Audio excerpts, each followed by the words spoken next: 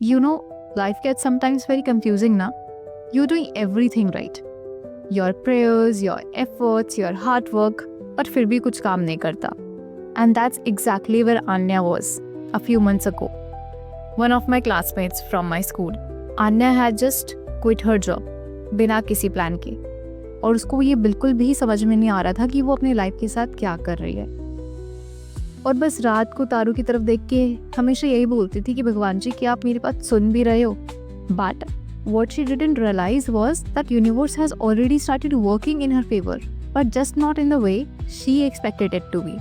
You know, बस एक दिन ऐसे ही randomly उसने सोचा कि मैं अपना मेल एक बार चेक कर लेती हूँ.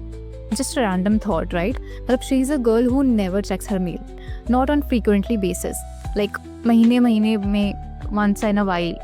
And when she did, तो महीनों पहले उसने जिस अपॉर्चुनिटी के लिए अप्लाई किया था उसका रिप्लाई आ रखा था, will like to collaborate.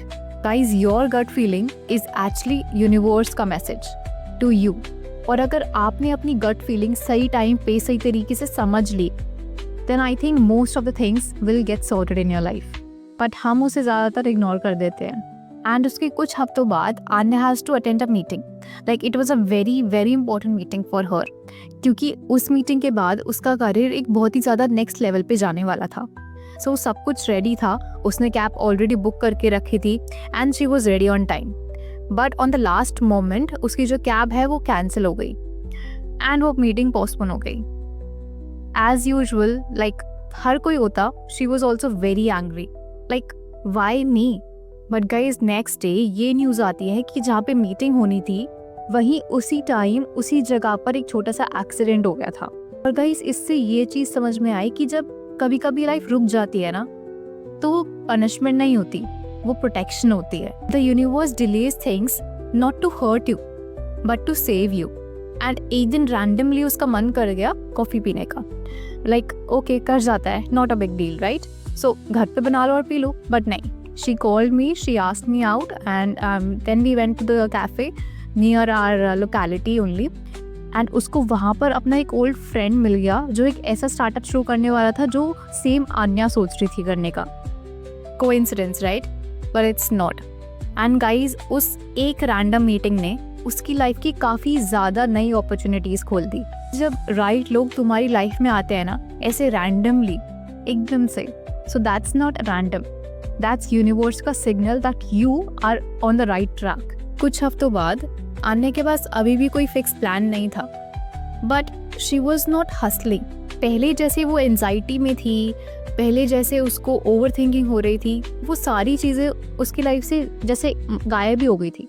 And उसके मन में बस ये एक छोटी सी चीज़ थी कि सब ठीक हो जाएगा. वो उसे भी नहीं पता था कि वो कैसे होगा, but she was at peace at her place.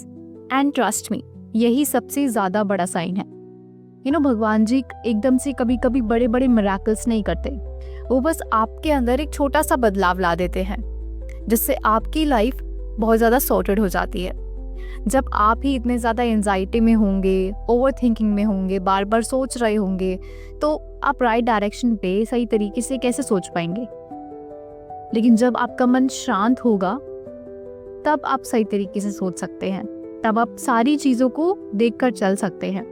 So guys, अगर आप भी कुछ इसी ही सिचुएशन में फंसे हुए हो जहां आपको नहीं पता कि आपको क्या करना है, आपको लग रहा है कि सब कुछ खत्म हो गया है एंड आपके पास अब कोई रास्ता ही नहीं दिखाई दे रहा कि अब मैं क्या करूं, so just take a break. रुक जाओ और आराम से देखो. शायद universe is working in your favour, लेकिन आप वो गट फीलिंग समझ नहीं पा रहे. एंड जिस दिन आपने अपनी गट फीलिंग की सुननी शुरू कर दी, trust me, most of your opportunities जो आप मिस कर देते हो आप मिस नहीं करोगे एंड आपकी लाइफ एक अलग लेवल पे होगी. So if you would like to share some of your stories कि आपने कैसे अपने गट फीलिंग की सुन के अपनी लाइफ में चेंजेस करे, या कैसे आप अपने गट फीलिंग को मिस कर दिया और आपने अपने हाथ से कुछ बड़ी अपॉर्चुनिटीज़ मिस आउट कर दी, so do tell me down in the comment section. I will be waiting for your comments. Till then, bye bye, Radhe Radhe.